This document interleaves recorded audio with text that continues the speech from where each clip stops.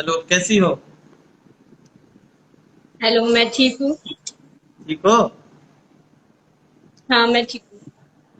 तो चलो, तो आज का सेशन स्टार्ट करते हैं। वैसे ही 5 मिनट लेट हो गया है।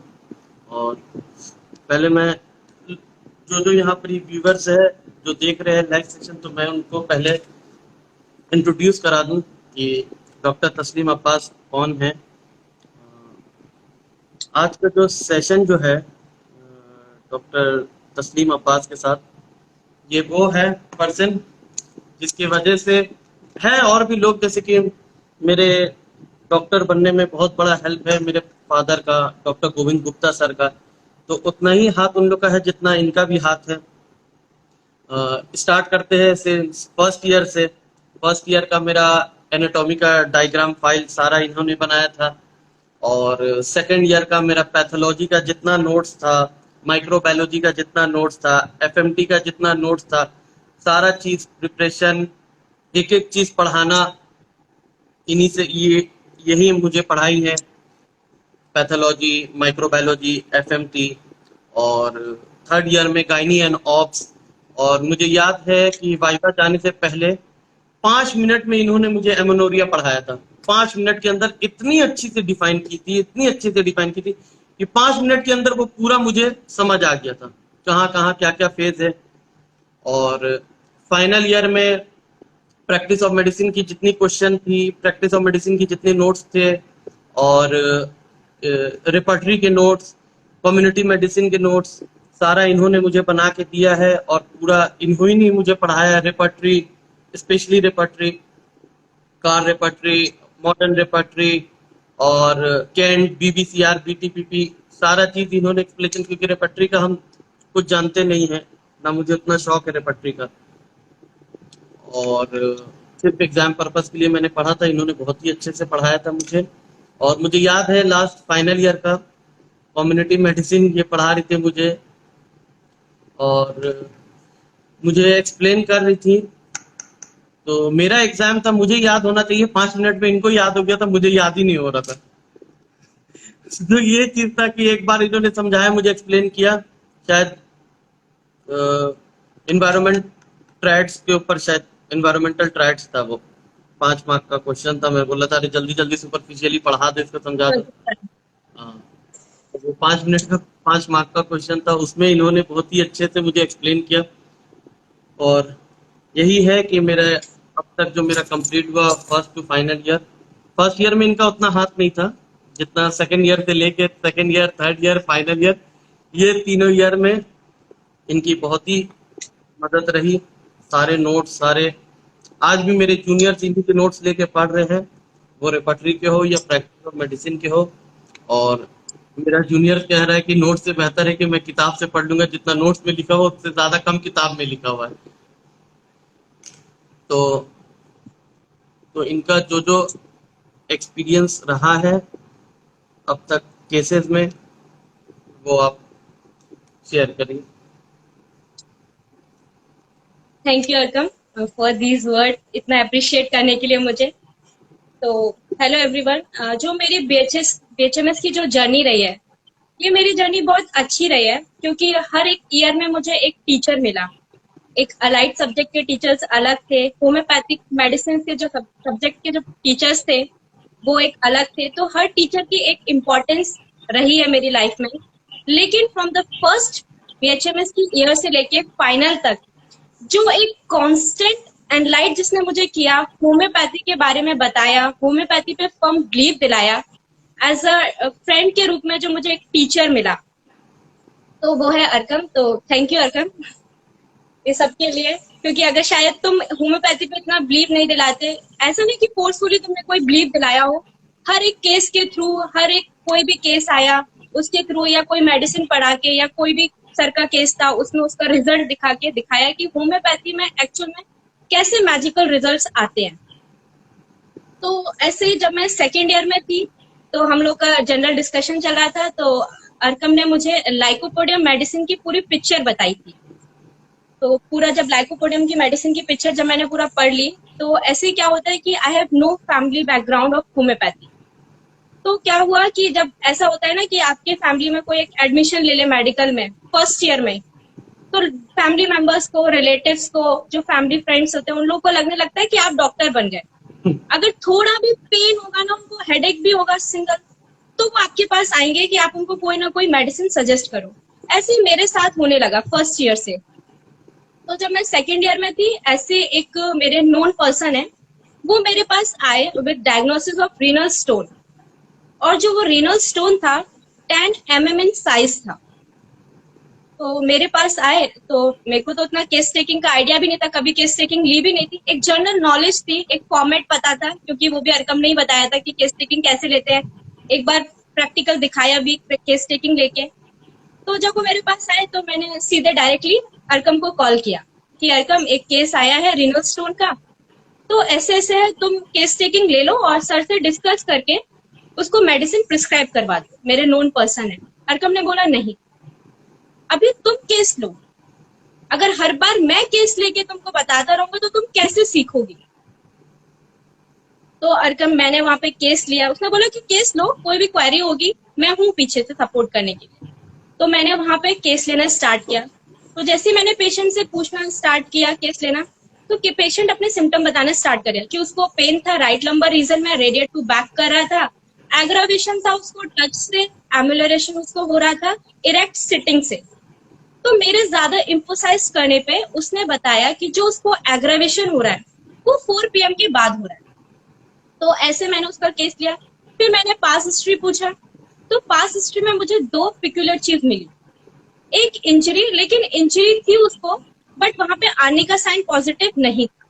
और जो दूसरी चीज मुझे देखने को वहां मिली पास हिस्ट्री में, वो मैं आपको बाद में बताऊं, क्योंकि उस टाइम मैंने उस पास हिस्ट्री के उस पॉइंट पे फोकस नहीं किया। मुझे लगा जनरल पास हिस्ट्री है, होगा तो होगा। फैमिली हिस्ट्री में ऐसा मुझे कुछ देखने को मिला नहीं। फिर मैंने उसका फिजिकल जनरल लिया, तो थर्स्ट में उसका नॉर्मल था कि 2 to 3 लीटर पर डे वो पानी पी लेता है, नॉर्मल पानी का उसको डिजायर है। एपेटाइट में पूछा तो एपेटाइट भी नॉर्मल थी, लेकिन ल्यूक वार्म खाना पसंद करता था। जब मैंने उससे बोला अच्छा खाने में सबसे ज्यादा क्या पसंद है आपको, उसने बोला मैम खाने में मुझे सबसे ज्यादा मीठा पसंद। इतना मीठे का डिजायर है, इतना मीठे का डिजायर है कि अगर मैं रात में मुझे भूख लगती है और मैं उठता हूँ तो मैं मीठा ही खाता हूँ, चाहे फ्रीज में खाना रखा हो, कुछ भी रखा हो, मैं मीठा ही उठा के खाता हूँ। तो जब मैंने ये वर्ड सुना तो मेरे दिमाग में स्ट्राइक किया कि थोड़े दिन पहले अरकम ने मुझे लाइकोपोडियम पढ़ाई थी, और अरकम ने बताया था एक सिम्टम कि लाइकोपोडियम में एलेंस की नोट में जाओगे, रिलेशनशिप से पहले ऊपर एक लाइन लिखा हुआ है, waking at night feels hungry. Lycopodium में ये लाइन लिखा हुआ है और ब्रैकेट में 2 रेमेडी लिखी है, मेडिसिन सिना और सोराइना। तो मेरे फेस पे एक छोटा सा स्माइल आया, चलो लाइकोपोडियम की तरफ केस जा रहा है। थोड़ा थोड़ा मैं वहां से प्रेजुडिस होना स्टार्ट कर दी। तो मैंने पूरा केस लिया उसका। फिर मैं उसके मेंटल्स पे आई।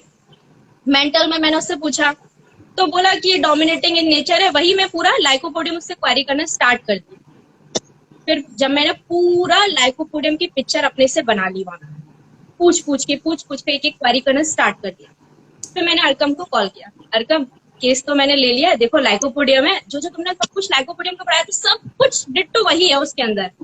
अरकम ने बोला अच्छा क्या क्या लियो, दिखाओ तो, बताओ जरा। मैंने उसको बताना स्टार्ट किया। अरकम ने मेरे पास हिस्ट्री में एक चीज पकड़ी। फिर उसने बोला कि वीडियो कॉल पे पेशेंट दिखाओ, पेशेंट का लुकअप कैसा है। मैंने कहा नहीं नहीं, लुकअप का, पेशेंट का लुकअप तो ठीक है, थोड़ा डर्टी लुकिंग है, अदरवाइज तो नॉर्मल है पेशेंट। उसने बोला दिखाओ तो एक बार।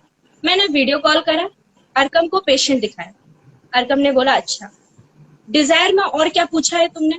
मैंने कहा कि नॉनवेज खाना उसको पसंद है। उसने बोला पूछो कैसा नॉनवेज खाना पसंद है। मैंने कहा कि आपको नॉनवेज खाना कैसा पसंद है। उसने बोला जो नॉनवेज के पीसेस होते हैं उस पे जब तक फैट लगा हुआ है मुझे वो नॉनवेज खाना पसंद है, अगर फैट नहीं है तो मैं नॉनवेज नहीं खाऊंगा। तो अरकम ने बोला इसको सल्फर 200 सिंगल डोज और 15 दिन बाद वापस बुलाओ। मैंने कहा यार लाइकोपोडियम है, मैं तो लाइकोपोडियम बना के बैठी हुई हूँ, तुम कह रहे हो सल्फर।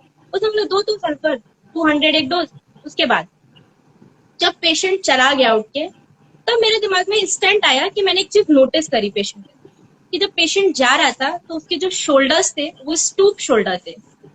तो मुझे लगा कि मे बी सल्फर, लेकिन फिर अरकम ने बताया कि सल्फर क्यों था, क्योंकि जो पेशेंट था वो मेरी टेबल पे पूरा फुल ऐसे हाथ रख के बैठा हुआ था, और क्वेरी करने पे समझ में आया कि पेशेंट बिना सपोर्ट के बैठना ही नहीं चाह रहा था।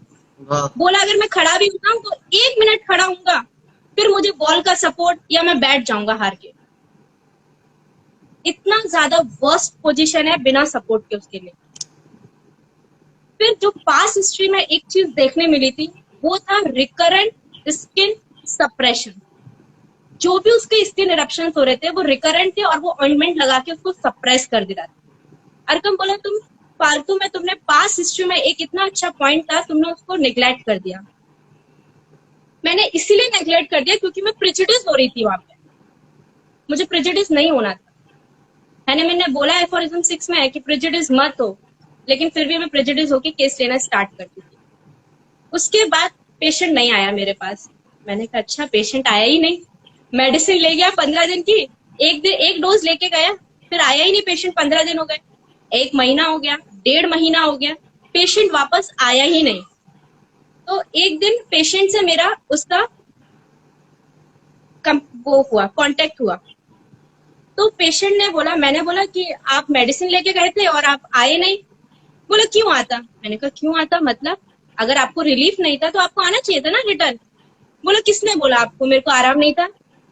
जब मैं आपसे मेडिसिन लेके आया उसके 3rd डे वो 10 mm का जो स्टोन था मेरा निकल गया। मैंने कहा वाह। तो ये है हमारी होम्योपैथी मेडिसिन की पावर कि एक सिंगल डोज कितना अच्छा मैजिकल रिजल्ट आपको दे सकती है। बस आपको क्या करना है, ऑब्जर्व करना है। रिकवरी मस्ट इंश्योर, रिकवरी होगी ही होगी ही होगी ही, कोई रोक ही नहीं सकता उसको। और हाँ, सल्फर में क्रेविंग फॉर स्वीट्स भी बहुत तगड़े में थी। अरकम ने बोला क्रेविंग तुमने लाइकोपोडियम की तो देख ली, सल्फर की देखी है? सल्फर का जो पेशेंट होगा ना, अगर रसगुल्ले की चाशनी भी होगी ना उसको भी पूरा पी जाएगा, इतना डिजायर होता है उसके अंदर सल्फर में, स्वीट्स का। तो वहां से एक टर्निंग पॉइंट था मेरे लिए कि प्रेजुडिस नहीं होना बाबा, जो मेडिसिन है पेशेंट आएगा उसको एज अ पेशेंट लेना है।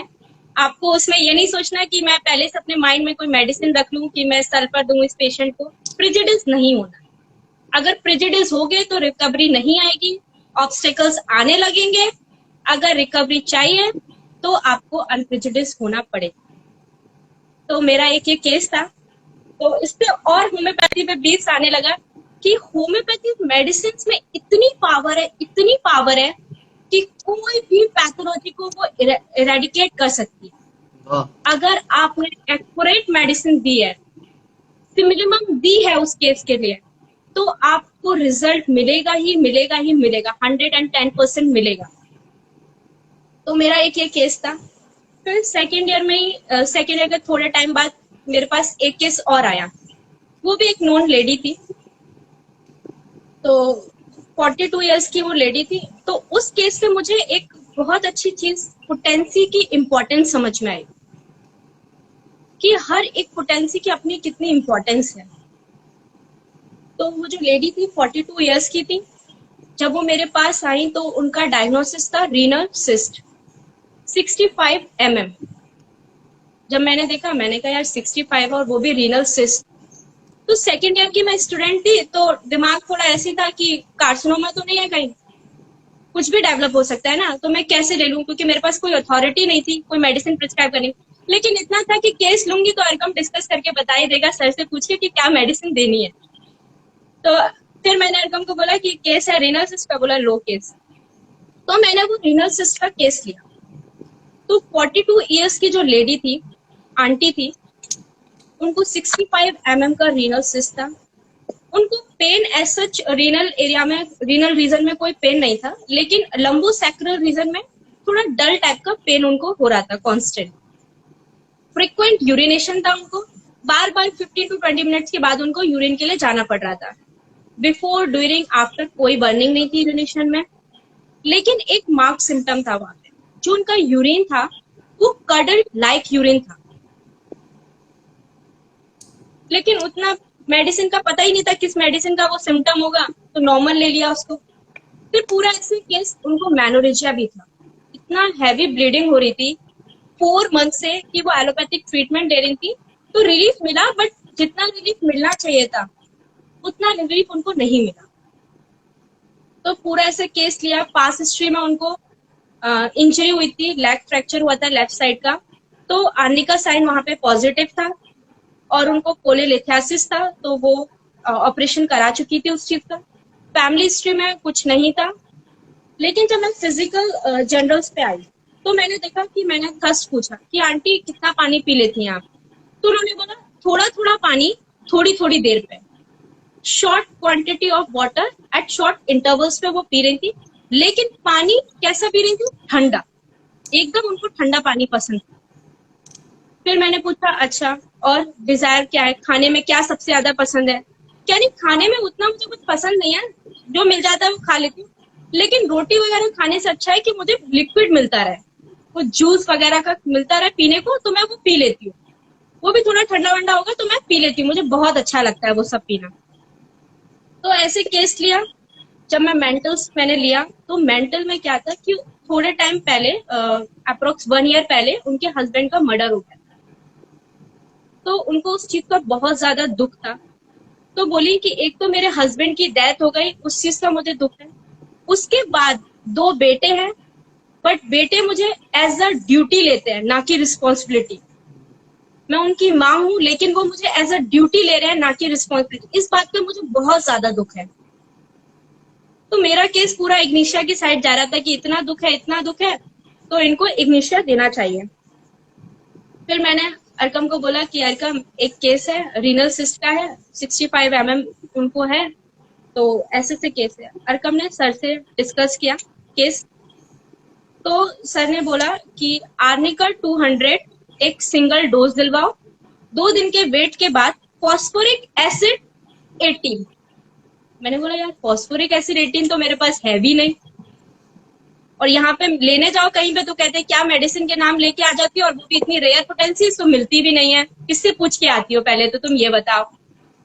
तो मैंने कहा अरकम फॉस्फोरिक एसिड 18 तो नहीं है, तो उसने बोला कोई नहीं, 2 दिन बाद देनी है, जब तक मैं कोरियर करा दूंगा। तो इसलिए बहुत ज्यादा थैंक यू अरकम, कि मेरे पास जितनी भी रेयर मेडिसिन है विद रेयर पोटेंसीज, वो सब अरकम ने लाके दी। सल्फर 3 हो गया, लाइकोपोडियम है, हाउस डस्ट है, सल्फानिलामाइड है, बहुत सारी ऐसी मेडिसिन है जो सारी रेयर पोटेंसीज, रेयर मेडिसिन मुझे अरकम ने लाके दी। तो ये केस था। तो वहां पे सर ने आर्निका 200 दिलवाई थी, 1 डोज, और फॉस्फोरिक एसिड 18 दिलवाया था। तो अरकम बताओगे, आर्निका 200 एज अ इंटरकरेंट दिलवाया था, तो क्या है उसका डिस्कशन? देखो, फॉस्फोरिक एसिड 18 9 डोज टीडीएस करके दिलवाया गया था। उसका रीजन और आंटी का रीजन ये था कि जब मैंने डिस्कस किया पापा से, और जब केस टेकिंग में मैंने क्वायरीज किया तुमसे, जब पूछा, तो वो लेडी को दुख तो था। दुख की एक वैरायटीज होती है, इग्नेशिया, सीपिया, नाइट्रम म्यूट, ये सारा ग्रीफ में आता है। तो ऐसा क्या ग्रीफ था जो हम फॉस्फोरिक एसिड पे गए, हम इग्नेशिया पे नहीं गए, हम सीपिया पे नहीं गए, हम नाइट्रम म्यूट पे नहीं गए? तो इग्नेशिया का जो ग्रीफ होता है, वो सडन एक लग के कांस्टेंट दिल पे बैठा रहता है। वो औरत जिस तरह से तुम्हें एक्सप्रेस की, जो वो अपना ग्रीफ बता रही थी, तो उस ड्यूरेशन में उसकी आंख में आंसू आती, और या फिर इनवॉलेंट्री साइन दे के बता देती कि मुझे इग्नेशिया दो, I need Ignatia, because I am Ignatia person, Ignatia grief है मुझे। लेकिन वैसा नहीं था, ना इनवॉलेंट्री साई था, ना अंधेरा रूम रहना पसंद था, ना उसको इनवॉलेंट्री साई था, ऐसा कोई कंडीशन नहीं था। तो उसका, उस लेडी का वर्डिंग क्या था कि जब से मेरे हस्बैंड की डेथ हुई, मैं चूड़ियां पहनती थी, अगर तुमको याद होगा तो, वो बोलती थी कि मैं चूड़ियां पहनती थी, वो चूड़ी में पहनना छोड़ दी। मेरा हस्बैंड के डेथ के बाद मुझे ऐसा दुख है, मेरी सारी ख्वाहिशें, मेरा जितना डिजायर था वो सब खत्म हो गया। अब किसी चीज में मुझे मन नहीं लगता कि मैं अच्छा पहनूं, अच्छा सजूं। मैं किसके लिए सजूं? मेरी जो ये चीज खाऊं, यहाँ घूमूं, ये सारी ख्वाहिशें मेरी खत्म हो गई। तो फॉस्फोरिक एसिड का जो ग्रीफ होता है, ये ग्रीफ होता है कि दुख लगने के बाद सारा ख्वाहिश मिट जाना। This is phosphoric acid. ये ग्रीफ होता फॉस्फोरिक एसिड का। जब मैंने पापा से डिस्कस किया, तुमने जब ये बताया, तो उस पेशेंट ने बोला ये सिम्टम बताया, तब पापा बोले ये इग्नेशिया नहीं, ये फॉस्फोरिक एसिड है। तो फॉस्फोरिक एसिड 18 9 डोज टीटीएस दिया था। यहाँ बात आ गई आर्निका की। पहले मैंने आर्निका दे के तुमको बोला कि कुछ दिन रुक जाओ, जब तक मैं मेडिसिन पहुंचाऊंगा वहां तक, तब उसको तुम दे देना। तो आर्निका क्यों? तो कोई भी अगर आप अफोरिज्म 3 पढ़िएगा, देखिए उस दिन भी जिशान भाई से भी मेरी क्वेश्चन हुई थी, तो मैंने कहा था कि आप ऐसा कोई केस बताइए जो ऑर्गेनन रिलेटेड हो। तो हर केस में ऑर्गेनन का एक झलक होता है, बस आपका नजरिया देखने का होता है, वो आपको देखना पड़ेगा। अगर हम उस वक्त आर्निका नहीं देते तो हो सकता है मे भी मेरा फॉस्फोरिक एसिड उतना काम नहीं करता। क्यों? क्योंकि उसको इंस्टेंट ट्रॉमा, उसके पास हिस्ट्री में ट्रॉमा का था। आर्निका साइन उसका क्लियरली पॉजिटिव था। हेनेमन अफोरिज्म 3 में क्या बोलता है? Obstacle to recovery. मेरी मेडिसिन करेक्ट है, लेकिन एक जगह ऑब्स्टिकल आके रुका हुआ है। वो ऑब्स्टिकल क्या था? उसका ट्रॉमा था। अगर वो पहले मैं क्लियर आउट नहीं करूंगा, उसको पहले इरेडिकेट नहीं करूंगा, उसको पहले नहीं हटाऊंगा, तो मेरी मेडिसिन प्रॉपर वर्क कहां करेगी? एक मेडिसिन को काम करने के लिए पहले उसकी ऑब्स्टिकल हटाई जाती है। पास हिस्ट्री में जैसे कि अगर किसी को लॉन्ग टर्म टाइफाइड रहा है, लॉन्ग टर्म मलेरिया रहा, आपकी मेडिसिन सही है, लेकिन एक जगह जा रही है, इंस्टेंट स्टैंड स्टिल पे आकर रुकी, तो क्या हुआ? यहाँ ऑब्स्टिकल आ रहा। हेनेमन को कई साल लग गए ये पता लगाने में कि ऑब्स्टिकल क्या था। ये माइस्मेटिक है या फिर कोई अदर हिस्ट्री के बैकग्राउंड पे है या थाइटिसिस है। एक पार्ट होता कि कहाँ रुकावट, तो वो ट्रॉमा एज ए रुकावट पे उसका रुकता। वो तो ट्रॉमा जो उसको लगा, आर्निका साइन पॉजिटिव हुआ, वो तो थ्रूपैथी से तो वो अपना ठीक नहीं की ट्रीटमेंट, वो तो क्यूरेटिव मेडिसिन नहीं ली थी, वो तो सारा मेडिसिन एलोपैथिक का था, वो तो सारा सप्रेशन वाली होती है। तो वहां जो उसका जो ट्रॉमा था, जो उसका इंजरी था, वो तो हील अप नहीं हुआ था, वो तो क्योर नहीं हुआ था। अकॉर्डिंग टू हेनेमन वो क्यूरेटिव नहीं है। तो उसको पहले हमको एक हीलिंग प्रोसेस के लिए एक मेडिसिन देना पड़ेगा, ताकि वो एज अ मेरा कॉन्स्टिट्यूशनल रेमेडी को कोई ऑब्स्टिकल नहीं दे, कोई रुकावट नहीं डाले। तो पहले मैंने आर्निका देके उसका ट्रॉमा इंजरी वाली बातें को साइड किया। उसके बाद उतनी ड्यूरेशन जब तक मैं मेडिसिन भेजता तब तक वो काम कर चुका था। फिर तुमने वो मेडिसिन स्टार्ट की। तो ये बात थी। अगर ऐसा कोई भी हिस्ट्री अगर मिलता है विद इंडिकेशन, मैंने सिर्फ इंजरी पे, ट्रॉमा पे मैंने आर्निका नहीं दिया, मैंने आर्निका साइन पॉजिटिव करवाया, indication one symptom is enough for me. Aphorism 153 बोलता है कि मोर स्ट्राइकिंग, अनकॉमन, पिक्यूलियर। यहां तो वो बोल रहे थे कि पहले हमको आर्निका दो फिर फॉस्फोरिक एसिड दो, क्योंकि पहले तो मेरा गर्म सर है, नाक ठंडा है, मेरा सर गर्म है, मेरा पांव ठंडा है। First I need arnica, then I need phosphoric acid. Grief तो है, और ग्रीफ वाली बात पे और आर्निका यहां पर क्या काम करता है? एक तो उसको दुख हुआ है, एज अ दुख भी तो मेंटल ट्रॉमा हुआ, तो वो मेरा आर्निका वहां भी कवर करेगा, वो मेंटल लेवल पे भी उसको कवर करेगा।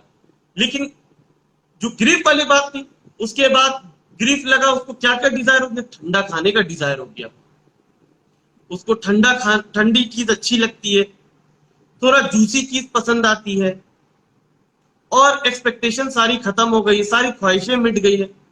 तो उसके बाद मैंने कहा कि पहले आर्निका देके उसकी जो ऑब्स्टिकल आ रही है इंजरी की, जो हीलअप नहीं हुआ, जो क्यूरेटिव मेडिसिन जिसको नहीं मिला, पहले उसको साइड करो, उसके बाद तुम फॉस्फोरिक एसिड दो।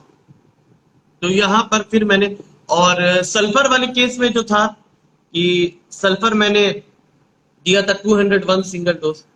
तो सबसे पहला एक तो वो सपोर्टिव वाली बात थी कि वो सपोर्ट लेके बैठा हुआ था, और लाइकोपोडियम का पर्सनैलिटी यहां पे देखो, तुम लाइकोपोडियम ढूंढ रही थी, पेशेंट बोल रहा था हम सल्फर है, तुम वो नहीं दिख रही थी, तुम लाइकोपोडियम ढूंढ रही थी।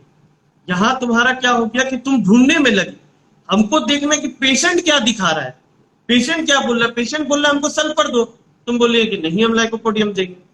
तो यहाँ पर क्लैश, तो एक क्लियर कट पिक्चर पहले दिखाना पड़ता है कि लाइकोपोडियम का भी मीठा डिजायर है, लाइको जैसे कि सल्फर का ये होता है कि सल्फर भी बहुत डोमिनेटिंग टाइप का होता है, इजिली एंगर्ड हो जाता है, उसका इजिली एंगर वाला पर्सनैलिटी था।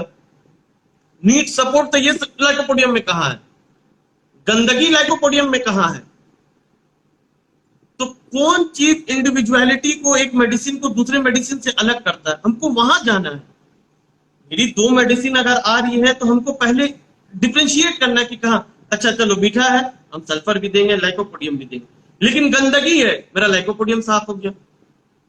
वो जो बोलने में जितना अहमियत नहीं है, देखने में उतना अहमियत है।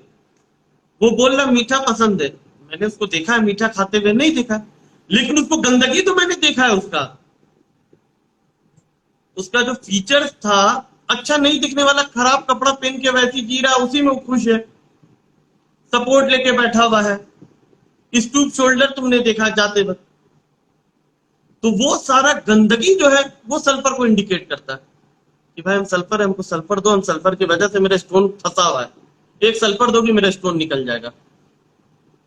तो वही एक सल्फर अगर करेक्ट मेडिसिन अगर जाता है तो इनफ है, चाहे जो भी पैथोलॉजी हो, चाहे स्टोन हो, चाहे कैंसर हो, क्लियर करने के लिए इनफ है। लेकिन तुमको सही मेडिसिन देना हो। राइट साइडेड लाइकोपोडियम नहीं, अगर पेशेंट बोल रहा हम सल्फर है तो हम सल्फर देंगे, चाहे वो राइट साइडेड हो, चाहे जितना भी वो हो, जितना भी इंडिकेट करे कि इस तरफ है लाइकोपोडियम की तरफ। लेकिन वो बॉडी अपना कॉन्स्टिट्यूशन कहां से छुपा पाएगा? कॉन्स्टिट्यूशन अपना जो गंदगी वो कैसे छुपा पाएगा? वो तो लाइकोपोडियम पर्सनैलिटी हम तुमको बहुत अच्छा दिखा चुके हैं, कितना लाइकोपोडियम पर्सनैलिटी का चेहरा, तो वो लाइकोपोडियम होता है। लाइकोपोडियम गंदा नहीं रहेगा, लेकिन सल्फर जो है वो गंदा रहेगा। तो ये दो हो गया, तो इसलिए मैंने अंडिका दिया था कि मेरे रिकवरी में ऑब्स्टिकल नहीं है।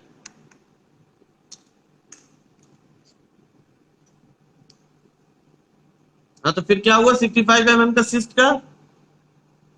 तो जो 65 mm का जो सिस्ट था, तो विद इन 1 मंथ, जब वो 1 मंथ बाद मेरे पास आई तो उन्होंने अपना यूएसजी कराया था, तो जो वो सिस्ट था वो 30 mm में आ गया था।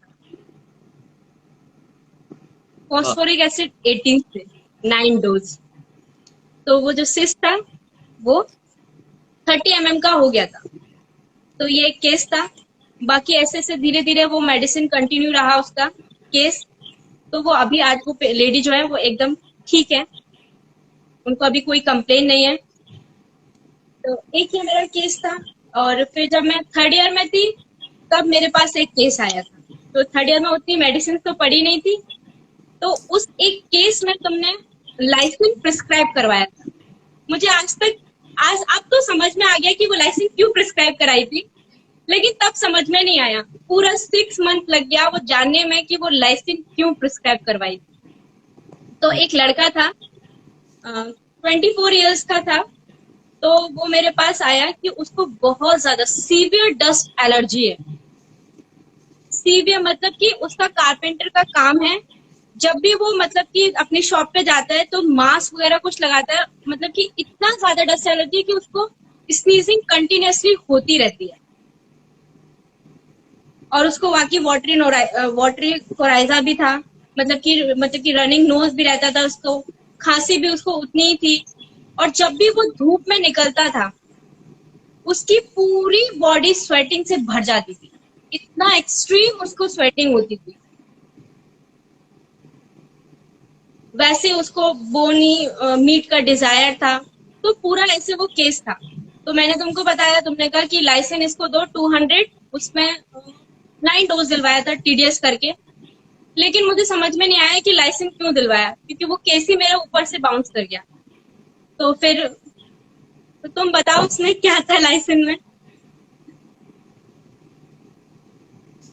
वो जो केस था लाइसिन वाला, तो बहुत ही अच्छा केस था। बहुत ही बार मैं बता चुका हूँ, ऐसे भी अपनी जूम क्लासेस में भी मैंने बताया है और भी। तो उसमें जो था, एक तो वो डस्ट एलर्जिक था सीवियर।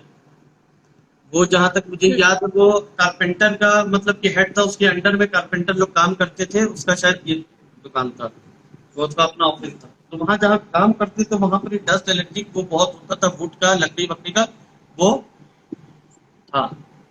तो वो मास्क लगा के जाता था, वो बहुत उसका नोज इरिटेशन रहता था, हर वक्त एलर्जिक टेंडेंसी था। तो ये जो मेरी लाइसिन की जो मैंने बताया था, ये मेरा खुद का पढ़ा हुआ नहीं है, ये मेरा स्टडी है, एम्पिरिकल स्टडी। मैंने अपने फादर को, पापा को, डॉक्टर एल.एम. खान सर को देखा था लाइसिन प्रिस्क्राइब करते हुए ऐसे केस।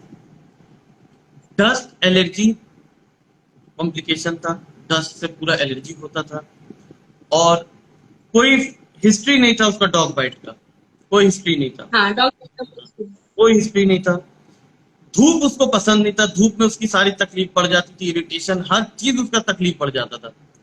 तो आप देखना लाइसिन में बोल्ड से लिखा हुआ है, कांट बियर दी सनलाइट, जिसमें नाइट्रम म्यूट भी आता है, लैक्सिस भी आता है, ये सब ग्लोनाइन भी आता है, ये सब भी मेडिसिन। लेकिन वही जो मैंने अभी बात की थी, डिफरेंशिएट करने वाली बात, तो डस्ट एलर्जी लाइसिन में है, ये सब में नहीं है। और एक चीज हम बता दें, उसका स्लाइवेशन जो था पूरा एकदम चिपका चिपका टानने वाला स्लाइवेशन था, जैसे कुत्ता का जो स्लाइवा होता है जिस तरह से निकल, वैसा उसका स्लाइवेशन होता था। और वो कहता था हर वक्त मेरा मुंह भरा रहता, हर वक्त स्लाइवा वैसे डिस्चार्ज होता है। याद है? हाँ यार, ये चीज था, ये उसका ये सिम्टम था। और एक चीज, वो रात उसको पसंद था बहुत। हाँ। जैसे कि एक मेडिसिन जो लाइसिन है वो बना है डॉग के स्लाइवा से, और जैसे कुत्ता को, जैसे कि कहते हैं हम लोग डॉग को, कि डॉग जो होता है रात में शेर हो जाता है, तो वैसे ही वो लड़के का भी था। वो रात में निकलता था घूमने, अकेला, किसी के साथ नहीं, अकेला अकेला निकलता था। वो रात अकेला अपना बाइक में घूमता था, एंजॉय करता था, फिर आके रहता था। तो ये सारा सिम्टम मैंने देख के, मैंने पापा को देखा था प्रिस्क्राइब करते, पापा को मैंने सिर्फ इतना ही देखा था, डस्ट एलर्जी था, स्लाइवेशन था, और सनलाइट एग्रीवेशन था, बहुत सीवियर, एकदम बर्दाश्त नहीं था, एलर्जिक टेंडेंसी था। पापा ने लाइसिन, तो मैंने वही चीज पापा से डिस्कस किया, पापा ने कहा कि लाइसिन दो, तो मैंने लाइसिन दिया, और लाइसिन 200 मैंने दिया था, शायद 1 डोज या 9 डोज दिया था, 9 डोज TDS। 9 डोज TDS करके। उसके बाद मे बी वो प्लासिबो में, शायद लास्ट वो बिना मास्क का वो जाता है अपने शॉप पे। हाँ, अब उसको कोई कंप्लेन नहीं है। वो भी एक बार मेडिसिन लेने के बाद नेक्स्ट टाइम आया था, उसके बाद फिर प्लेसिबो दिया गया था उसको 1 मंथ के लिए, उसके बाद वो नहीं आया, क्योंकि अब उसको कोई कंप्लेन नहीं है, जो कि वो पूरे लास्ट 2 ईयर से इस चीज का ट्रीटमेंट ले रहा था, एलोपैथी। एलर्जी में कोई रिलीफ नहीं थी। नहीं।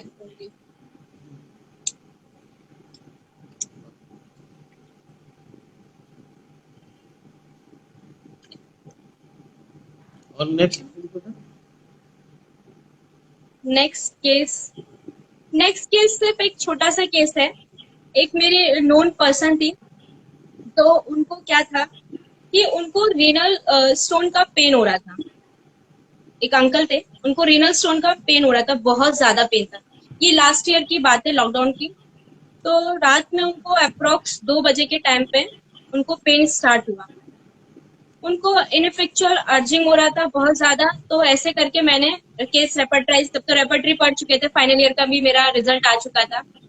तो मैंने उनको पहले नक्स वोमिका 200 दी, तो थोड़ा उनको रिलीफ मिला, पेन में भी मिला, और जो उनका इनफेक्चुअल अर्जिंग था उसमें भी उनको रिलीफ मिला। बट फिर भी ऐसे कोई उनको रिलीफ नहीं मिल रहा था। तो मेरे नोन पर्सन थे, तो मुझे उनका वो दर्द देखा भी नहीं जा रहा था उस टाइम पे, क्योंकि इतना ज्यादा दर्द में वो परेशान थे, बहुत ज्यादा, ना किसी को अपने पास से हटने दे रहे थे।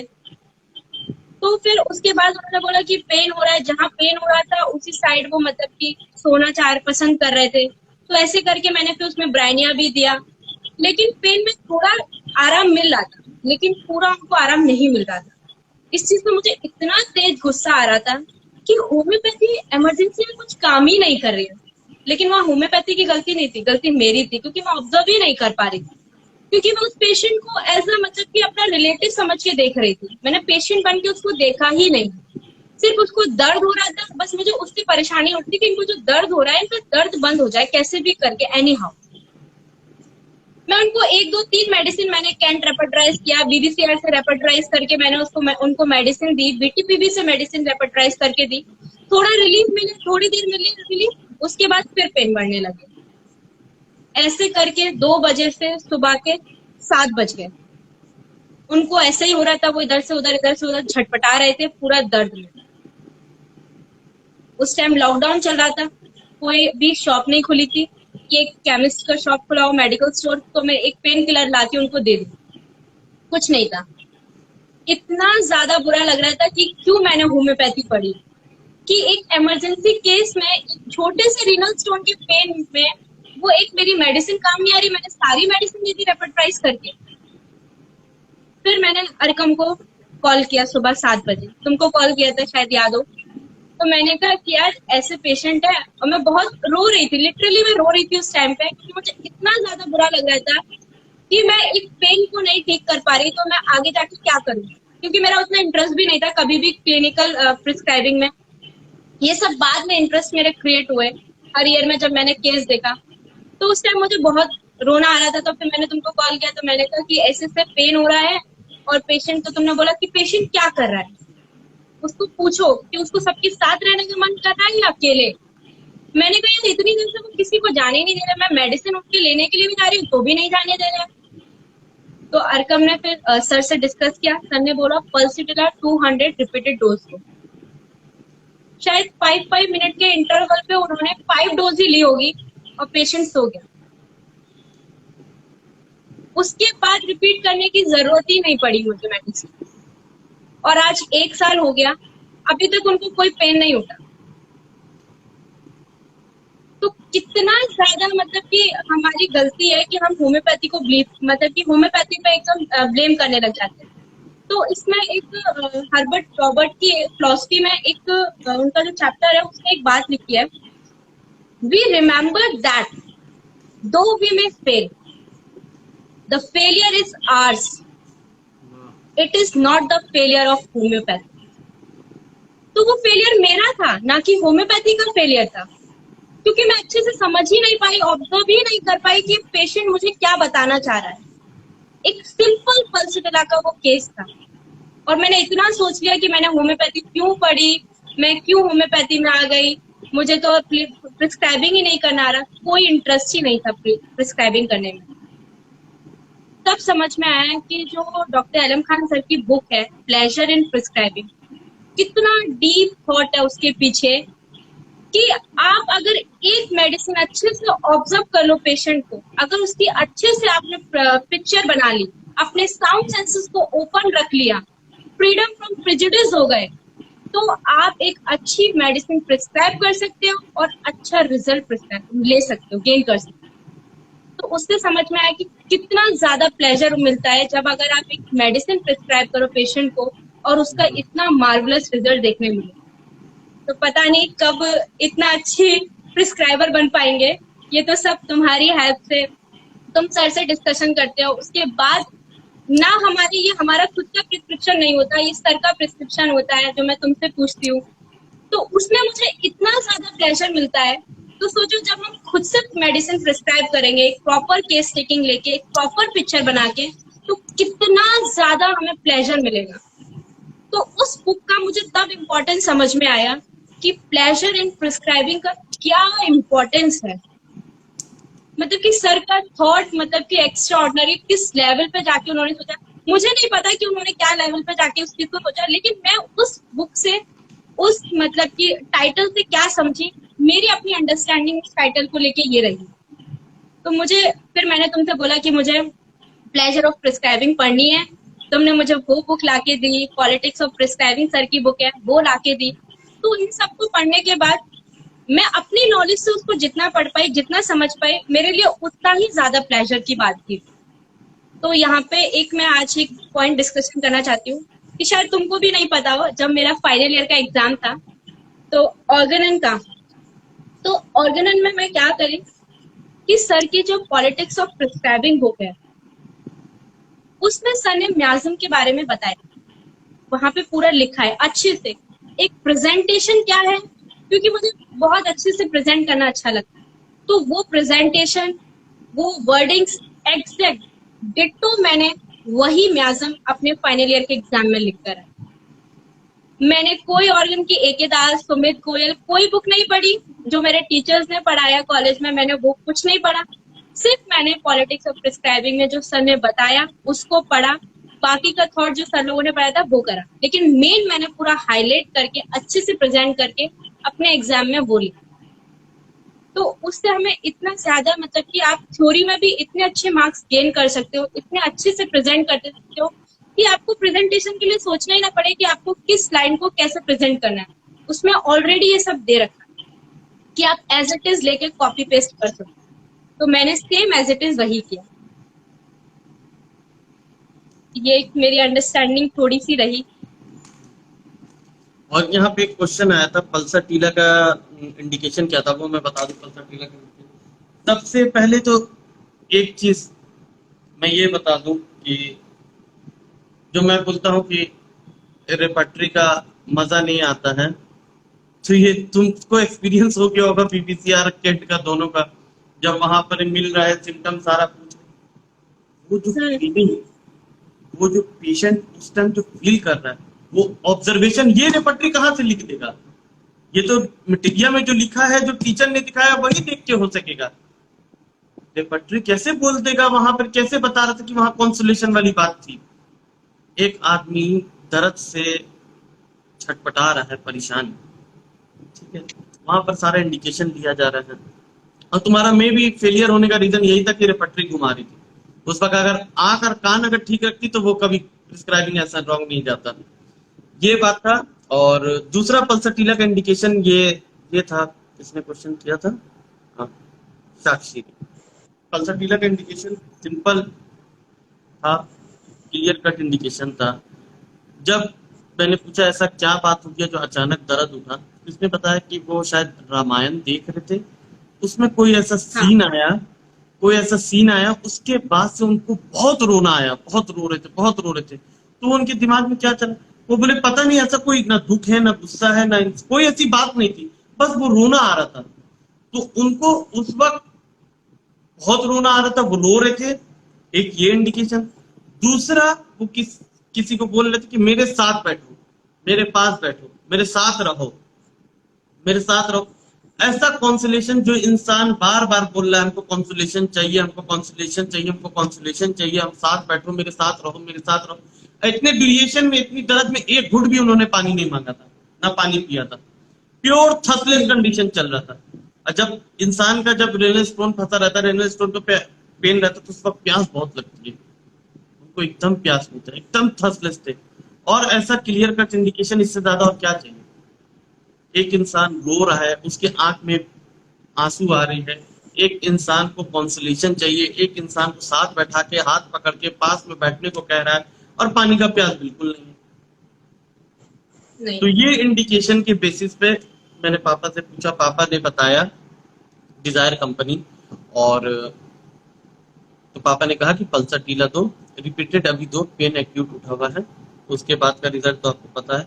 और sir how you selected the potency of phosphoric acid? ये मेरा पोटेंसी नहीं है, ये एलएम खान सर का पोटेंसी है 18। वो फॉस्फोरिक एसिड जब भी देना होता वो 18 ही देते, उससे ऊपर नीचे नहीं देते। साक्षी होने लगी but she said he is not meeting anyone. नहीं नहीं, उन्होंने ये बोला कि मुझे छोड़ के मत जाओ। जब मैं हाँ, उनके लिए मेडिसिन लेने जा रही थी तो उन्होंने ये बोला था कि नहीं नहीं मेडिसिन लेने भी मत जाओ। वो मुझे मेडिसिन लेने भी नहीं जाने दे रहे थे। इवन घर में ही मेडिसिन था, वो मुझे मेडिसिन लेने भी नहीं जाने थे। तो वहां मेरा लैकिंग था, वो ऑब्जर्वेशन मैं नहीं पकड़ पाई, वो मैं नहीं ऑब्जर्व कर पाई।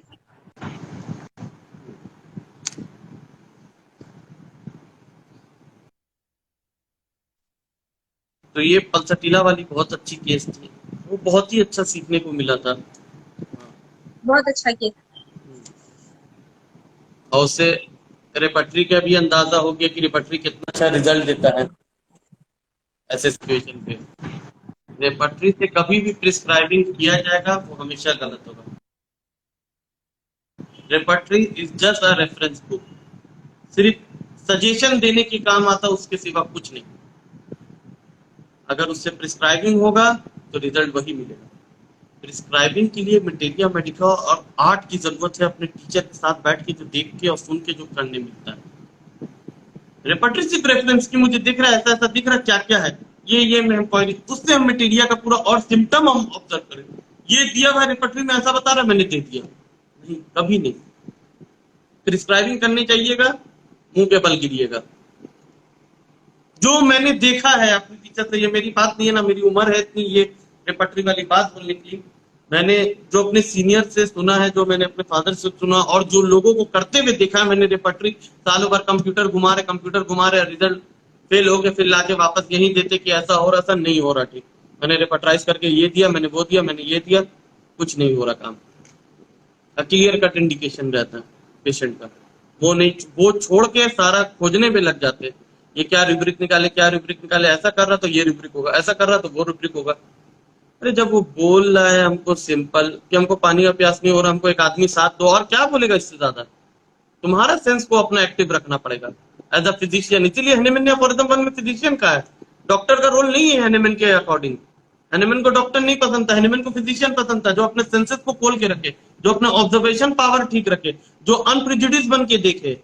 ऐसे लोगों को हैनेमन कहता है फिजिशियन। जो knowledge of the practice of medicine का बहुत नॉलेज रखता है, लेकिन इंडिकेशन, ये प्रैक्टिस ऑफ मेडिसिन का सिम्टम है, यहाँ पर ये पैथोलॉजी बोल रहा है, ये हटा के मेरे पास क्या सिम्टम आ रहा है, वो तुम्हारा इंडिकेशन है। इग्नेशिया की कंडीशन में एक इंसान को दुख हुआ, चेस्ट क्लियर है, सीबीसी क्लियर है, कोई इन्फेक्शन नहीं है, लेकिन वो जो अब अपनी उसकी अदर कंप्लेन है, मेंसेस है, मेनोरेजिया है, मेटोरेजिया है, एमोनोरिया है, कुछ भी है, लेकिन वो जब अपनी दुख का कंप्लेन बताता है, ऐसी लंबी सांस लेता है, ये कहाँ का इंडिकेशन है, ये कोई पैथोलॉजिकल इंडिकेशन नहीं, ये इग्निशिया का इंडिकेशन है। तो ये सारा पैथोलॉजी आप देख के हटा के यहाँ इंडिकेशन आपको देखना है, ये इंडिकेशन है। ये कब इंडिकेशन आपको मिलेगा, जब आपका knowledge of the practice of medicine होगा, जब knowledge of the materia medica होगा, जब knowledge of the proper doses आपका होगा, तब आपको, और फिर उसके बाद आपको देखना होगा कि ऑब्स्टिकल क्या आ रहा रिकवरी में मेरा, उसको फिर हटाना होगा। तब हैनेमन ऐसे इतने चीजों को दिखा के तब कहा है कि इतना सब कुछ समझने के बाद जो इंसान पेशेंट को ठीक करता है, वो मेरे लिए डॉक्टर नहीं है, वो मेरे लिए फिजिशियन है। फिजिशियन का दो पार्ट होता है, जब मैं अपने क्लासेस लूंगा तो उसमें एक्सप्लेन करूंगा।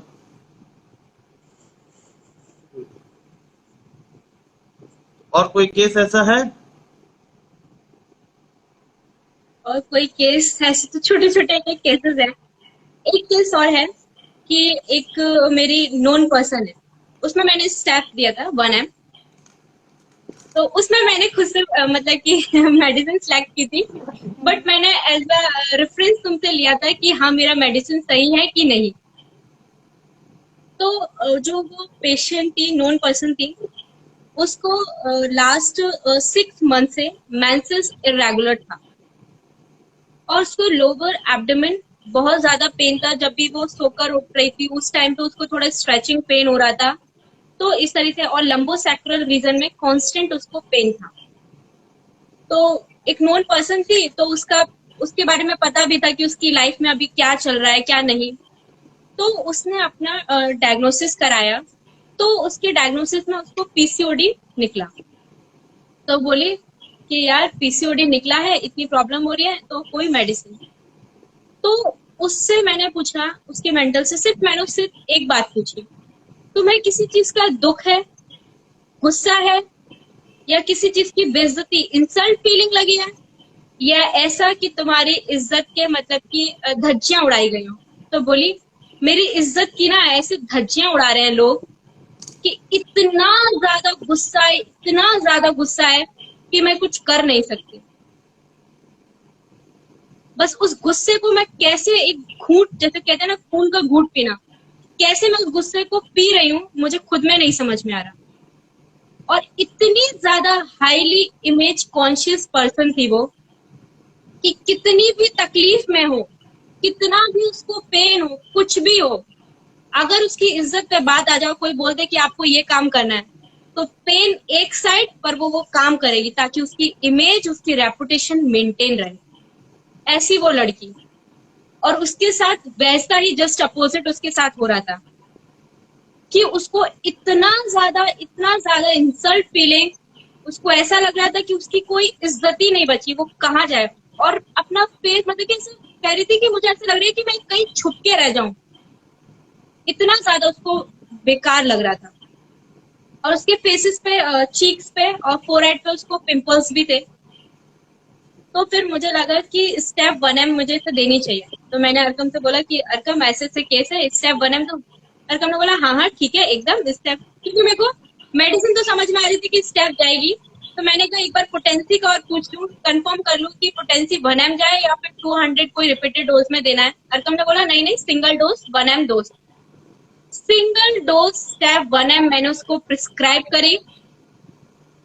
उसके बाद उसने कोई डायग्नोसिस नहीं कराई, उसका मेंसेस आफ्टर 1 मंथ रेगुलर हो गया।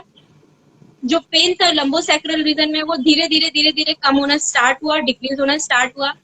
आफ्टर 1 ईयर उसने कोई मेडिसिन नहीं ली थी एलोपैथिक, कोई होम्योपैथी मेडिसिन नहीं ली थी, लेकिन उसने अपना यूएसजी नहीं कराया था। लेकिन जब उसने यूएसजी कराया तो ऑल ठीक, कोई सिस्ट ही नहीं बची थी उसके अंदर। सिर्फ एक स्टेप 1M से उसकी सिस्ट जो थी वो चली गई।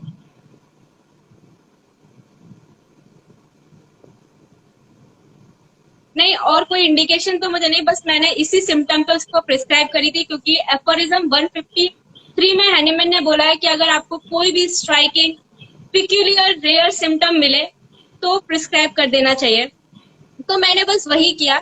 अब मुझे नहीं पता कितना हद तक वो सही थी चीज या गलत थी, लेकिन बट मैंने वो एफोरिज्म पढ़ा और मुझे वो चीज मिली, तो मैंने वहां पे वो प्रिस्क्राइब कर दिया और मुझे वहां पे वो रिजल्ट मिला।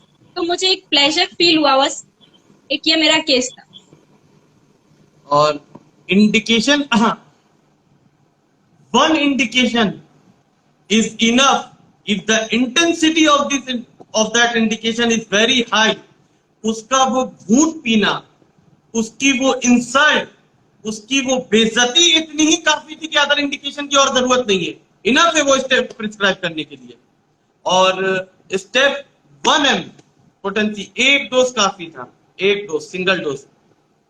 अगर इंडिकेशन, अगर कोई पेशेंट आके अपनी इंटेंसिटी के साथ अगर ऐसी सिम्टम बताता है और अदर कोई सिम्टम अगर नहीं मिलती है और अदर कोई मेडिसिन की आपको प्रॉपर, अगर अदर मेडिसिन की अगर सिम्टम आती है, अब वो सिर्फ हाँ ना में है, वो इंटेंसिटी नहीं है, वो पावर नहीं है कि वैसा कि उस चीज को वो साथ में बराबरी दे सके। लाइक अगर उसको आता डिजायर आता कि मुझे अंडा का डिजायर है, कैसा डिजायर, हाँ ठीक है मिलता है तो खा लेता, नहीं मेरा कैलकेरिया का वो नहीं है। हाँ मुझे अंडा का डिजायर है बहुत स्ट्रॉन्ग, मैं अंडे के बगैर नहीं रह सकती, तब कैलकेरिया का है।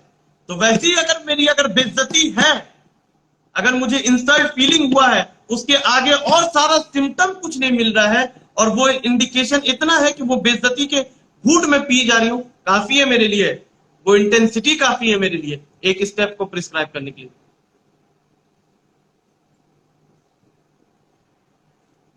जब केंट अपने मिटेरिया मेडिका में 12 रेमेडी को सिर्फ 1 इंडिकेशन में प्रिस्क्राइब करता है और अदर फ्यू कोरेस्पॉन्ड सिम्टम जो हम लोग को एलएम खान सर बताते हैं वो हमारे नॉलेज के लिए एक सिम्टम उनके लिए काफी होता है जो देख के वो प्रिस्क्राइब करते हैं। Enough enough enough, 1 single symptom. कोई और अगर वो उसकी इंटेंसिटी जैसे स्टेप की इंटेंसिटी है वैसी इंटेंसिटी अगर उसको और अदर इंडिकेटेड में आती है तो इनफ है मेरे लिए एक सिम्टम, जितना कि उसका इंटेंसिटी बहुत हाई, दुख है, बहुत सीवियर दुख है। कैसा दुख है, कैसा दुख है, मेरा सारा ख्वाहिश खत्म हो गया, काफी है फॉस्फोरिक एसिड के लिए। तो ऐसी ही